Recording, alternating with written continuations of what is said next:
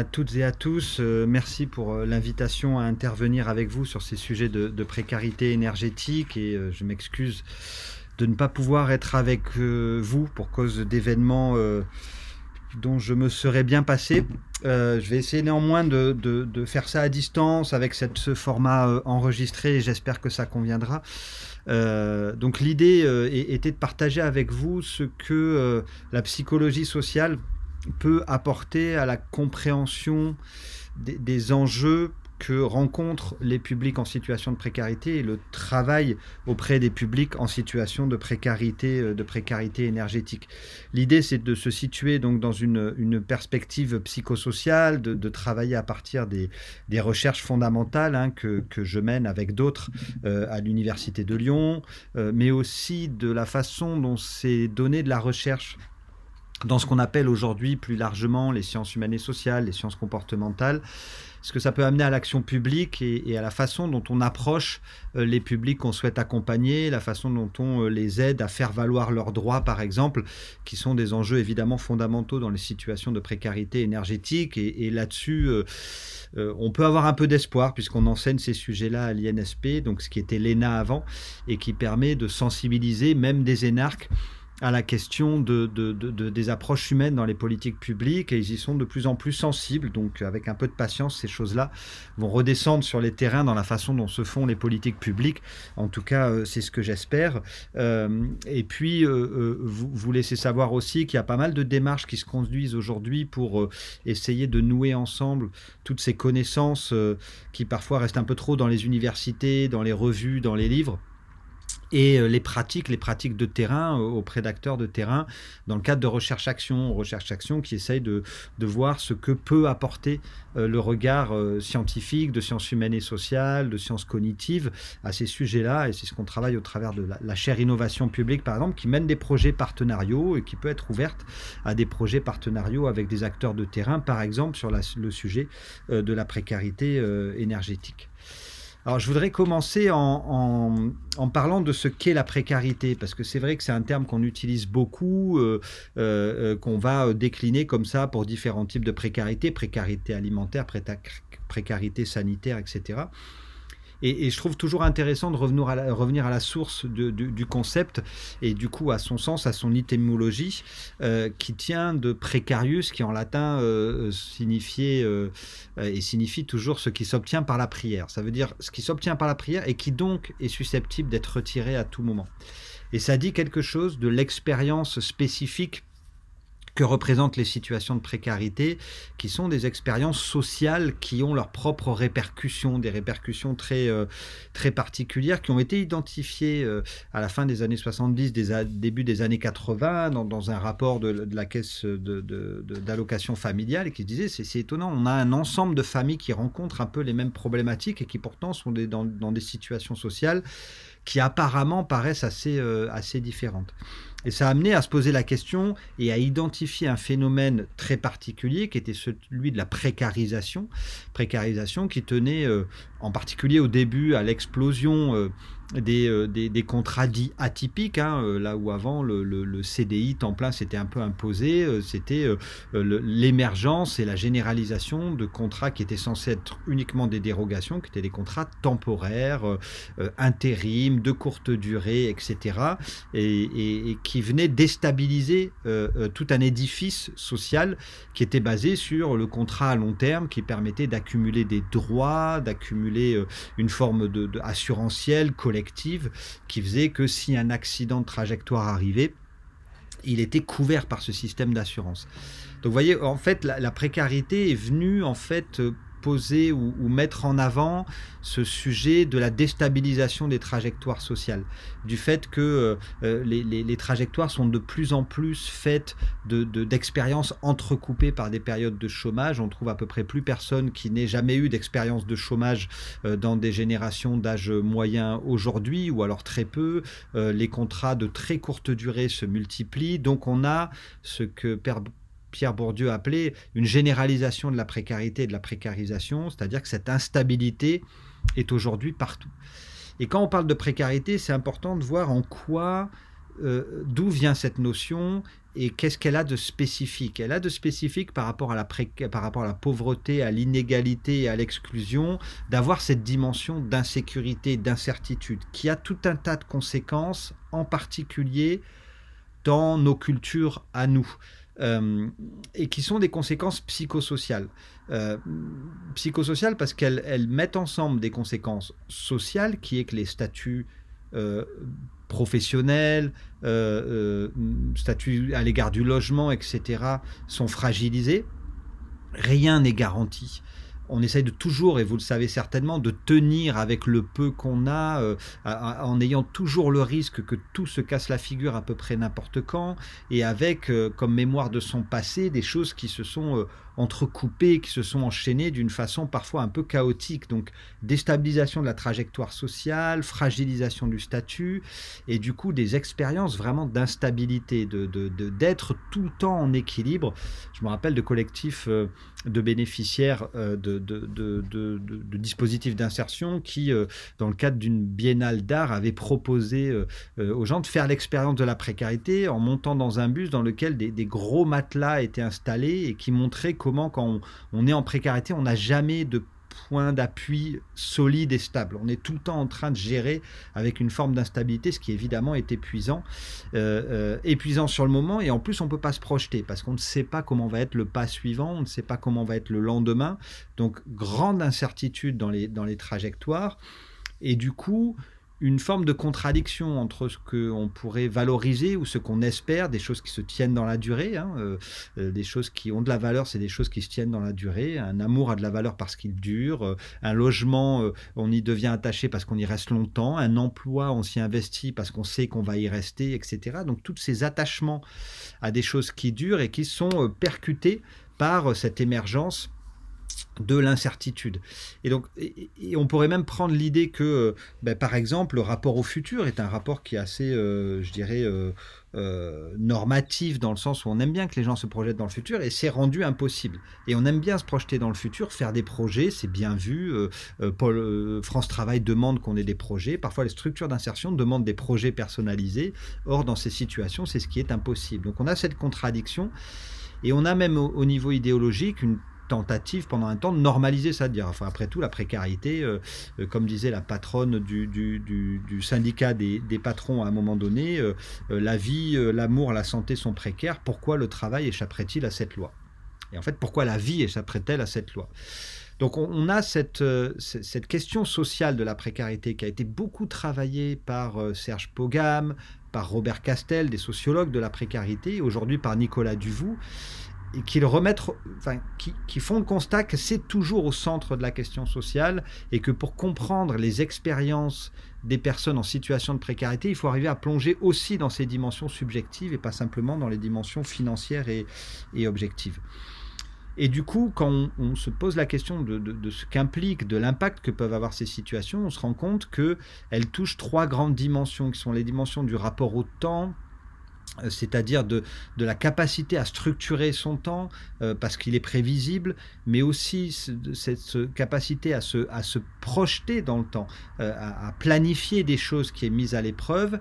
Et on se rend compte que ça va avec parfois des fermetures de l'espace, c'est-à-dire de la perception de l'espace. On se sent cantonné, fermé, assigné à des espaces urbains, des espaces périurbains ou des espaces ruraux dans lesquels on circule difficilement, on circule moins qu'avant. Parfois, on est un peu enfermé dans un espace réduit. On a l'effet du rapport aux autres, c'est-à-dire de cette précarité, de ces changements permanents, de cette position sociale aussi un peu défavorable, qui fait qu'on va se retirer parfois des liens sociaux, ou qu'on ne va nouer des liens sociaux qu'avec des gens très proches. Donc les réseaux sociaux se referment, le soutien social est moins facile à mobiliser parce que tout le monde est dans la même difficulté. On a une forme d'identité sociale qui est toujours un peu défavorable, donc on va éviter les situations collectives, on va éviter les situations institutionnelles aussi, parce que la confiance va être difficile à bâtir. de par cette position sociale. Et puis, on a un rapport à soi-même, à sa propre identité, qui produit un sentiment de stigmatisation, qui petit à petit, dans la durée, sauf à avoir des défenses importantes, à travers la famille, des groupes d'amis, etc., peut vraiment entamer l'estime de soi, peut amener à penser qu'on n'y arrivera jamais, et puis finalement faire en sorte de ne pas y arriver presque, parce que c'est trop difficile et la barre est trop haute. Et puis parfois, ça en vient même à ne pas prendre souci de soi, c'est-à-dire par exemple sur les questions de santé, on va se dire c'est pas grave si je suis malade, et puis sur les questions de prévention, on va se dire voilà, j'ai pas tant à prendre soin de moi puisque j'ai pas un sentiment de valeur de moi-même et d'estime de moi-même. Donc ça va jamais. Si des fois ça va très loin dans des syndromes d'auto-exclusion, etc., qu'a bien décrit Jean Furtos en particulier. Mais des fois c'est léger, mais c'est des mises en cause du rapport au temps, de la capacité à se projeter, à s'inscrire dans un temps régulier, mise en cause du rapport aux autres, de la confiance, du lien, de la capacité à se mettre en relation avec les autres, rapport à soi dans ces questions d'estime de soi et de doute qu'on peut avoir par rapport à, à la valeur qu'on peut avoir soi-même. Et ce qui est étonnant, c'est de voir que toutes ces atteintes, en particulier chez les publics en situation de précarité, elles sont questionnées par exemple par les enjeux de transition, de sobriété, etc. Pourquoi je dis ça ? Tout simplement parce qu'on a aujourd'hui des enjeux de reprise de pouvoir par rapport à des choses dans lesquelles on était dans des rapports parfois consuméristes, reprise de pouvoir sur l'énergie par exemple. On aura tous besoin à un moment donné de maîtriser notre demande énergétique, d'en avoir conscience, de travailler avec elle, etc. Certains le font sous le registre de la contrainte. Ils n'ont pas le choix, ils n'ont pas les moyens et ils vivent dans des passoires énergétiques. Tout ça induit des rapports à l'énergie qui sont des rapports qui sont un peu privés de capacité. Et on se rend bien compte que quand on regarde la façon dont les questions énergétiques sont abordées, donc vous avez ce graphique qui récapitule un peu comment les gens parlent de l'énergie. Quand ils parlent de l'énergie, ils parlent de sa définition, ils parlent des capacités à faire et ils parlent du pouvoir d'agir. Capacité à faire, c'est tout simplement que quand on parle de l'énergie, on va tout de suite parler de qu'est-ce qu'on en fait.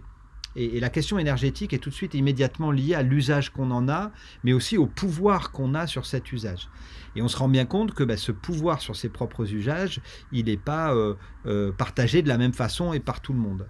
On se rend compte aussi d'enjeux importants qui sont sur les graphiques de droite, qui sont des formes d'épuisement au bout d'un moment face à cette difficile capacité. Alors, parfois manque de capacité, parfois on arrive à mettre des choses en place, mais on n'en voit pas le résultat, on n'est pas encouragé sur ce résultat-là, etc. Et on a aujourd'hui un petit décalage entre des volontés, des intentions, des souhaits, de l'importance accordée à ces sujets-là, et des pratiques qui sont effectivement mises en œuvre, qui peuvent être des pratiques individuelles, collectives, qui peuvent être des pratiques liées aux usages, ou qui peuvent être des pratiques liées, par exemple, au recours. Au chèque énergie, au recours aux dispositifs de financement liés à l'aide sociale, au recours face à des propriétaires qui abusent, c'est-à-dire cette construction d'un sentiment de capacité qui fait qu'à un moment donné, on passe à l'action. Et on se rend bien compte que les dispositifs autour de la sobriété énergétique et tous les discours et toutes les actions sont parfois un peu à côté sur ces sujets-là. Pourquoi ? Parce que malgré le fait, et vous avez en bas à gauche cet extrait du rapport de la Cité du Design de Saint-Étienne sur la gestion des cuisines de familles précaires qui était très riche sur les flux énergétiques, les usages, comment on circule pour essayer de travailler aussi sur les environnements de vie, quand on parle de l'énergie, etc., qui était vraiment un rapport très intéressant. À côté de ça, on a des objets du quotidien qui sont des objets presque inappropriables, quand on a des bâtiments dans lesquels il y a une régulation de l'énergie et où il y a un pilotage, etc. Ça donne des choses que personne ne sait utiliser et que tout le monde détourne. On a des feedbacks sur les consommations énergétiques qui sont des feedbacks qui souvent tombent un peu à côté, épuisent la motivation. On a des enjeux qui des fois sont mal perçus, comme les enjeux de pointe, etc., qui pourtant sont importants pour le partage de l'énergie, pour le déploiement des microcentrales, etc. Donc en fait, la question énergétique est souvent réduite à son aspect le plus simple et le plus mesurable, qui va être sur la sobriété des usages.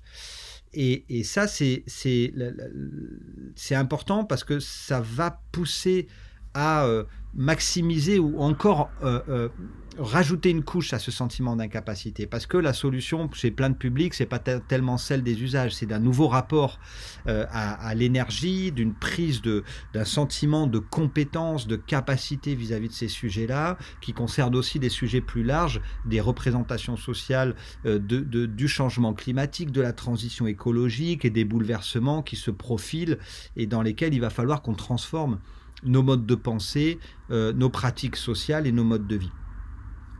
Et c'est important parce que si on laisse de côté ce sentiment de capacité, cette capacité et cet accompagnement à une forme de projection, etc., évidemment qu'on va se rabattre sur des usages et qu'on va mettre la charge sur ceux qui n'y peuvent rien. Et on avait fait récemment un diagnostic en amont des actions d'accompagnement à la sobriété énergétique qui existaient dans une métropole, et on s'était rendu compte qu'on avait une cartographie à peu près strictement inverse entre le nombre d'actions déployées pour encourager à la sobriété énergétique et l'endroit où l'énergie était la plus consommée. C'est-à-dire qu'il y avait un effort fou dans l'habitat social, les écoles de certains quartiers, etc., pendant que les quartiers les plus bourgeois, disons-le, et les plus favorisés étaient parfaitement laissés tranquilles, alors que c'était eux les plus consommateurs. Et on avait un vrai décalage qui faisait qu'on s'épuisait, il y avait une forme d'épuisement à aller vers des publics, c'est pratique parce qu'ils sont captifs, mais qui en fait n'y peuvent pas grand-chose. Ce qui ne veut pas dire qu'il n'y a pas de travail à faire avec des publics qui sont aussi dans des situations de précarité. C'est simplement qu'il y a des enjeux dans l'accompagnement qui doivent être pris en compte pour comprendre comment pourrait se construire ce sentiment de capacité pour que les publics participent pleinement à des démarches qui peuvent être des démarches collectives, de réclamation, de construction petit à petit d'une forme d'économie, non pas par leurs usages, mais plutôt en arrivant à convaincre et à avoir des formes de choix, ou d'inciter à des choix des propriétaires, par exemple bailleurs, en essayant de les convaincre et de ne pas les lâcher sur le besoin de travaux, etc., etc. Et ça demande à comprendre que quand on parle de cette transition écologique, de cette montée en capacité, de cette prise de conscience qui doit être liée à l'action, on se rend compte que en fait, quand on essaie de faire prendre conscience de ces enjeux de la transition écologique, souvent on va projeter dans le futur, on va dire, vous vous rendez compte, c'est depuis longtemps et dans longtemps et pour l'avenir, on va être dans un espace qui est très global, qui est la planète, on va solliciter chez les gens une prise de position qui est la prise de position de quelqu'un qui soudain prend sa position dans le monde, l'hypothèse Gaïa, comme on a dit, c'est-à-dire cette apparition de la planète comme un acteur, ça impose aussi à chacun de se sentir acteur de la planète, et c'est pas rien, il faut quand même se sentir. On ne peut pas être tout seul, il faut être avec les autres, sinon évidemment c'est épuisant et c'est décourageant. Et puis il faut avoir le sentiment de choix, il faut avoir le sentiment de capacité, il faut se dire je peux faire les choses différemment et je peux être acteur d'un choix volontaire. Ça, c'est un état d'esprit en fait. Et l'état d'esprit dans lequel nous plongent les situations de précarité, c'est l'exact inverse, c'est être enfermé dans le présent, c'est être en permanence renvoyé au ici, à la ségrégation urbaine, à l'enfermement territorial, à la difficulté à se déplacer, etc. C'est être dans une estime de soi qui est fragilisée, qui est dévalorisée, c'est être dans un rapport aux autres, comme je l'ai dit, qui peut être compliqué, qui peut être difficile, et c'est être dans un sentiment de contrôle presque nul, c'est-à-dire que quand on est en situation de précarité, on contrôle presque rien de sa vie, on a des rattrapages de loyer, on a des réévaluations de droits, on a oui, non, au maintien dans l'emploi, on est toujours, comme le dit le terme précarité, dépendant des autres. Donc ça pose question, c'est-à-dire que ces enjeux de prise de pouvoir et de sentiment de capacité collective dans la transition et dans ces enjeux, ou bifurcation, ou redirection, ou rupture, ou révolution, comme vous le voulez, ça dépend de ressources psychosociales qui sont justement celles qui manquent. Et ça pose des enjeux dans l'accompagnement, évidemment. Ça laisse à penser qu'il y a peut-être des dimensions sur lesquelles il faut travailler plus spécifiquement. Et je crois que la dimension du temps en fait partie. Parce que la dimension du temps, elle amène quand même à ce rapport, par exemple, entre coût et bénéfice. C'est-à-dire que quand je regarde les comportements durables, soutenables, ceux qui sont portés et proposés par la transition, ils sont souvent perçus comme ayant des coûts, donc le rouge que vous avez là, des coûts qui arrivent avant des bénéfices. Alors que des comportements qui sont des comportements plus à risque pour la transition sont plutôt des comportements qui amènent des bénéfices immédiats pour des coûts futurs. Je vais prendre ma voiture aujourd'hui, je vais manger le bon steak dont j'ai envie, je vais acheter la chose la plus accessible et la moins chère, même si j'aurais pu attendre un peu et peut-être aller un cran plus haut dans les moyens pour faire un choix plus durable et qui au final est plus économe, etc. etc.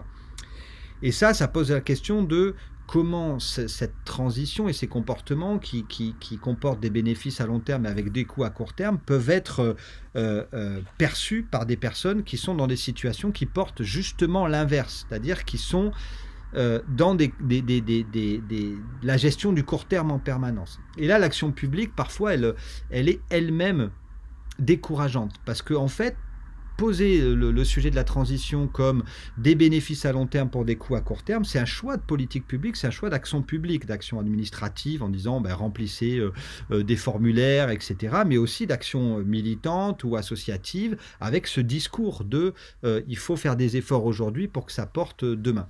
Et on se rend bien compte que si on inverse par exemple le discours, si on inverse la logique en disant la transition écologique c'est des bénéfices immédiats pour des coûts plus tard, par exemple, un discours qui consisterait à dire la transition écologique, on va se faire plaisir dès maintenant, par contre ça va être dur à tenir dans la durée, on se rend bien compte que c'est un discours qu'on entend moins et ce serait pourtant un discours qui rentre davantage dans ces états d'esprit, qui rentre en résonance avec ces états d'esprit. Par contre, ça, comme nous ou comme vous, porteurs des discours, on est dans un confort qui peut être un peu plus important, c'est un discours qui va peut-être moins nous parler à nous. D'où l'importance parfois de presque d'aller contre soi-même, c'est-à-dire de développer des dispositions, des manières d'approche qui font que c'est un peu contraire à ce qu'on aurait soi-même eu envie de dire, mais où il faut se mettre dans l'état d'esprit des publics auxquels on s'adresse, à la fois sur le rapport au temps, sur le rapport à l'espace, le rapport à soi, aux autres, ou le rapport au contrôle. Alors, je voudrais aussi aborder un autre élément qu'amènent les sciences humaines et sociales, les sciences comportementales sur ces sujets-là, et qui est parfois laissé un peu de côté, c'est ce double aspect de la pensée, c'est-à-dire qu'on a des systèmes de pensée qui fonctionnent de deux manières dans chacun de nous. Un système qu'on a l'habitude de bien prendre en compte, qui est le système 2, qui est un système très rationnel, très réfléchi, où on pèse le pour et le contre, où on prend de l'information, on réfléchit par rapport à cette information et on décide. Mais on a un autre système qui prend beaucoup de place, parce qu'en fait, ce dont je viens de parler, ça concerne 5% de nos décisions au quotidien. Les autres 95%, c'est sur un système qui est plus intuitif, qui est plus rapide, qu'on a parfois appelé un système reptilien, mais il n'a rien de reptilien, il est très humain, il est très humain au plein sens du terme. C'est l'humain sensible, c'est l'humain économe, c'est l'humain qui va essayer de ne pas trop utiliser son énergie cognitive, parce qu'il a besoin de faire fonctionner sa machine. Et aujourd'hui, on est tellement saturé d'informations qu'on a besoin de prendre des raccourcis. Et ces fonctionnements automatiques, habituels, fondés sur des raccourcis, fondés sur des normes sociales, on a absolument besoin de les prendre en compte et de les connaître, parce qu'ils prennent une part de plus en plus importante, parce qu'on est de plus en plus saturé d'informations. Alors pour prendre un exemple, je peux prendre cette image, et quand je montre cette image, si je vous demande, alors vous avez deux cases où il y a des lettres, il y a la case A et la case B, si je vous demande entre la case A et la case B, laquelle est la plus claire et laquelle est la plus foncée, je pense que vous me disiez la case B est plus claire. En même temps, si je vous la montre, vous vous dites il y a un truc. Oui, il y a un truc, les deux cases sont de la même teinte. Qu'est-ce qui se passe? À aucun moment nos yeux ne se trompent, c'est simplement notre cerveau veut respecter la règle du damier. Il veut absolument respecter, c'est tellement important la règle du damier, donc il va décider que malgré ce que les yeux voient, lui il va décider de voir autrement. Et ça c'est ce qu'on appelle le système 1, c'est-à-dire que vous prenez une décision automatique très rapide pour simplifier votre perception, plutôt que d'avoir un damier qui est en fait pas vraiment un damier parce qu'il n'y a pas cette alternance, vous décidez de respecter cette alternance. Maintenant que je vous l'ai dit, vous devez les voir de la même teinte.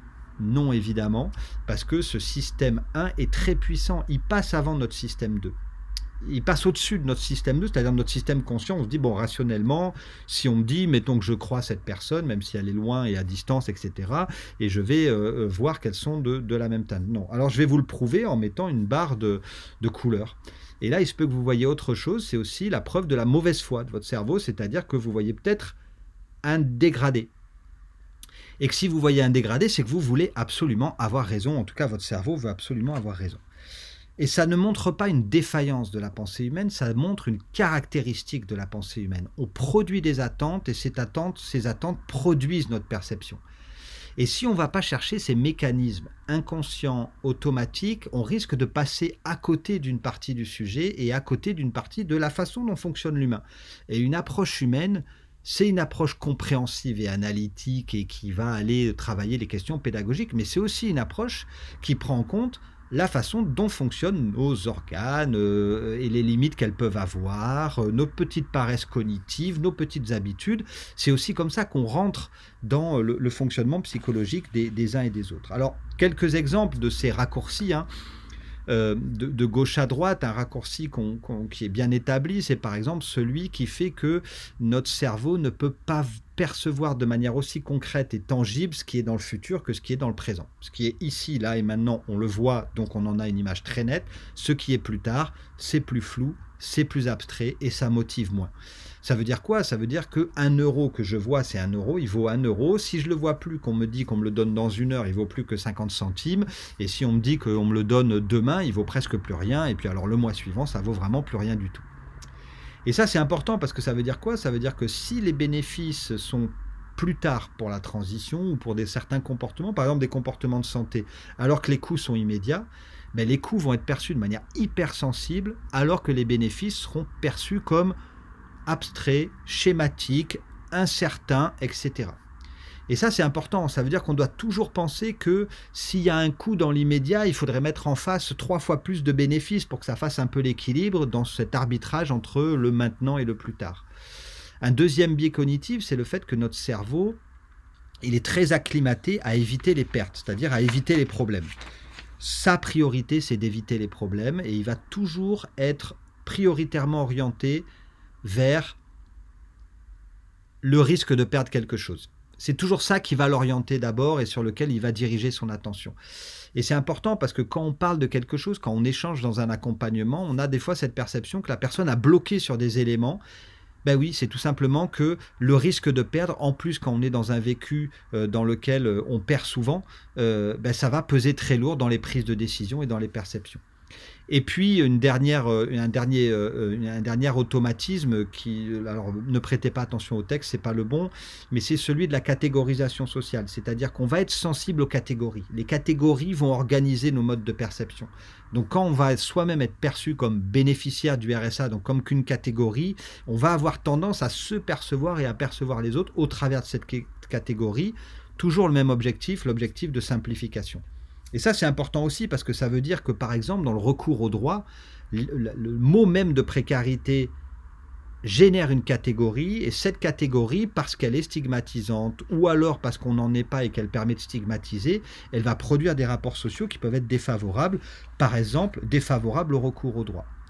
Et ces biais cognitifs-là, ils entraînent une grande partie de ce qu'on appelle les problématiques que vous connaissez de non-recours. Imaginez avoir du mal à se projeter dans le futur. Imaginez avoir le sentiment qu'on est un peu enfermé dans un espace et qu'on ne peut pas se projeter dans un espace soit urbain, soit métropolitain. Imaginez qu'on ait une estime de soi un peu faible à cause de ces sentiments de stigmatisation et qu'on ait le sentiment de ne pas avoir le choix. Évidemment que ça produit du non-recours. Non-recours aux soins, non-recours aux droits, non-recours aux services, qui sont une vraie problématique qu'aujourd'hui on arrive à traiter. C'est-à-dire que si traiter non pas comme une maladie, parce que le problème, ça n'est jamais les gens. Le problème, c'est la façon dont se présente l'action publique, l'action associative, l'accompagnement. Un exemple tout bête, on avait retravaillé un courrier qui encourageait des gens à souscrire un abonnement au transport en commun pour retrouver des possibilités de mobilité, etc. On a fait le courrier tel qu'il le faisait avant et le courrier qui prenait en compte ces éléments un peu psychologiques. On est passé de 27% de retour à 64% de retour. Ce n'est pas que les gens sont ceci ou cela. Ils sont ceci ou cela, c'est sûr. Le problème vient souvent de la capacité de l'action publique à s'adapter, à comprendre un peu finement quels sont les freins, quels sont les obstacles issus des conditions sociales de vie, mais qui sont psychologiques et avec lesquels on va pouvoir travailler, prendre en compte dans la façon dont on aborde des sujets qui peuvent être des sujets de recours au droit ou qui peuvent être des sujets de transition. Je dirais aussi que dans cet accompagnement, parce que tout accompagnement vise le changement, il faut aussi être dans ces logiques de processuel du changement. C'est-à-dire que les personnes, si elles étaient en état de changer et disposées complètement à changer ou en pleine capacité de changer, elles auraient déjà changé parce qu'elles connaissent l'intérêt à changer. Je pense qu'assez souvent, elles l'ont compris. Il peut y avoir des mécanismes de déni, d'aveuglement, etc., qui sont dus justement à cette question de la façon dont le changement se présente. Changement de vie, passer d'un logement à l'autre, changement de trajectoire d'emploi en retrouvant un emploi ou en allant en formation, etc. Et ça nécessite à s'inscrire dans une position d'accompagnement. Et quand on parle d'accompagnement, on parle vraiment de passage d'une étape à une autre. Et dans les questions de transition pour l'individuel comme pour le collectif, c'est fondamental. Il faut d'abord créer une sorte d'alerte, donc faire penser que la situation d'aujourd'hui pourrait être différente demain, pour tout un tas de raisons. Et ça, déjà, c'est énorme. C'est beaucoup. Pour un cerveau humain qui cherche la permanence, qui cherche la stabilité, aller suggérer le changement, c'est déjà beaucoup. Ensuite, qui peut quoi par rapport au changement? Et les questions de justice sociale, répartir les efforts, trouver une façon équitable, équilibrée, égalitaire de répartir les efforts. Une fois qu'on se sent un peu concerné de manière juste, pourquoi on changerait? En vue de quoi? Ou pour sortir de quoi? Et là, on commence à avoir ces aspects de motivation, de signification. Et une fois qu'on a ça, on peut commencer à parler des moyens concrets de l'action. Et là, on va commencer à travailler le sentiment de capacité pour faire quoi? Pour changer quoi? Pour faire comment différemment? Pour se saisir de quel droit? Ensuite, on aura une étape de passage à l'action, c'est un peu l'étape de l'incitation, de ce qu'on a appelé le nudge, peut-être que vous connaissez, qui sont ces incitations à faire et à passer à l'action dans des environnements de choix, et où là, la question, ça va être la question de faciliter le choix, de l'emmener de manière collective, de donner des signes que tout le monde y va, etc. Et puis après, il y a la question de la reconnaissance, qui est des fois laissée un peu de côté, c'est-à-dire comment on acte le changement. On dit, on a vu, bravo, et on vous encourage, etc. Et puis au final, comment on partage ce changement-là. Et ce cycle-là, il peut se faire dans une conversation. On organise la conversation de cette façon-là. Il peut se faire dans un flyer, dans un dispositif d'information. Il peut se faire toute une année dans un accompagnement, etc., etc. Et on travaille des techniques d'accompagnement autour de ça. On travaille des techniques de communication autour de ça. Ça peut passer par du langage, mais ça peut aussi passer par les espaces. C'est-à-dire que, par exemple, sur la propreté, je prends un exemple, on va alerter, donc montrer que la situation existante est problématique en refaisant apparaître des déchets, par exemple là des chewing-gums. Puis on va commencer à donner du choix, à montrer que si collectivement on s'y met, chacun sa part, ça peut avoir un effet parce qu'on met tous les chewing-gums sur un dessin de manière un peu ludique. Ensuite, on commence à donner des moyens d'agir et à mettre en valeur l'espace public pour dire, vous voyez, ça vaut le coup, c'est pour avoir un espace partagé plus qualitatif. Et ensuite, on favorise un partage social en valorisant. Et les gens disent, moi, je me suis engagé, etc. Et ces cycles-là, ils sont vraiment importants parce qu'on voit, nous, dans nos travaux, que chaque fois qu'on les prend en compte, les actions sont plus importantes. À la fois au niveau individuel, parce qu'on prend en compte les stades de changement dans lesquels sont les uns les autres, on les prend là où ils sont et on les accompagne. C'est aussi des façons de sensibiliser à attention, tout le monde n'est pas au même endroit, donc quand vous vous mettez en relation, prenez en compte ces éléments-là. Communiquer, c'est d'abord se taire, communiquer, c'est d'abord écouter où en est la personne à qui je parle, dans son rapport au temps, à soi, aux autres, dans son stade de changement. C'est aussi les rapports communautaires, comment les collectifs s'agencent autour de ça, quelles négociations ils font, comment ils s'entendent sur ces sujets-là, et puis c'est évidemment sociétal. Et ce qui est intéressant, c'est que tous ces niveaux, ils sont dans la tête des gens. L'individu a ça dans la tête, il a la société, il a une image de la société, il a une image de son groupe, il a une image des gens avec qui il est en relation, il a une image de lui-même. Donc l'idée, c'est d'aller travailler ces différents niveaux pour arriver à faire en sorte de développer ces capacités qui manquent parce qu'elles ont été mises en cause par les situations de précarité. Et ça, aujourd'hui, dans l'action publique, ça se déploie de plein de façons. Au niveau territorial, vous avez des collectivités qui, à partir de ces approches, construisent des stratégies territoriales d'accompagnement au changement, sensibilisent leurs équipes, leurs agents dans ce qu'on appelle des expéditions apprenantes, où on passe quelques mois à parler de ces sujets-là, à creuser sur différents enjeux, construisent des scénarios de comment on pourrait changer ensemble pour les mettre au débat public, etc. Donc c'est devenu une science qui est aussi une science et qui sont aussi des sciences actives. Et ça, c'est intéressant parce que c'est assez nouveau dans la profondeur un peu que ça a aujourd'hui dans l'action publique, avec toujours un peu la même méthode, hein. On prend le temps de comprendre, on conçoit des actions nouvelles, donc on ne va pas chercher des actions sur les étagères, on conçoit des actions nouvelles, et puis surtout, on expérimente et on évalue. Et ce n'est pas une évaluation punitive, c'est juste se dire, il faut qu'on sache non seulement ce qui marche, mais pourquoi ça marche. Et pas seulement en demandant aux gens s'ils ont fait ça, mais en observant et en ayant des vraies données. Et ça permet ensuite de partager avec les autres. Et aujourd'hui, vous avez des catalogues d'actions basés sur, et j'y reviendrai, sur des expériences, etc., qui permettent de se nourrir de cette évaluation. Mais si on n'évalue pas, malheureusement, cette action publique vertueuse, elle a du mal à se maintenir. Elle y arrive aujourd'hui parce que plein d'acteurs s'emparent de ces approches, et il faut le savoir, c'est encourageant, niveau ministériel, international, local, militant, habitant, etc. Et donc, il y a beaucoup de retours d'expérience. Vous avez un cahier blanc de ces approches-là, un livre blanc de ces approches-là qui va être publié par le ministère de la Transition écologique. Vous avez l'ADEME qui a publié, avec laquelle on a publié un carnet d'outils, un recensement des actions d'accompagnement au changement. Vous avez des collectivités qui se sont engagées et qui sont prêtes à partager leur expérience. Donc, je vous encourage évidemment à prendre connaissance de ces expériences. Et voilà, j'espère que demain, et à partir de ça, et je suis évidemment disponible pour en parler davantage, etc. La chaire innovation publique peut accompagner des projets, etc., pour intégrer ces apports-là aussi à l'accompagnement de manière assez concrète, hein, puisque au final, il s'agit de démarches qui sont très concrètes et dont on évalue les résultats. Merci de votre attention, je vous souhaite une bonne fin de journée, et puis peut-être à une prochaine fois, et cette fois en vrai.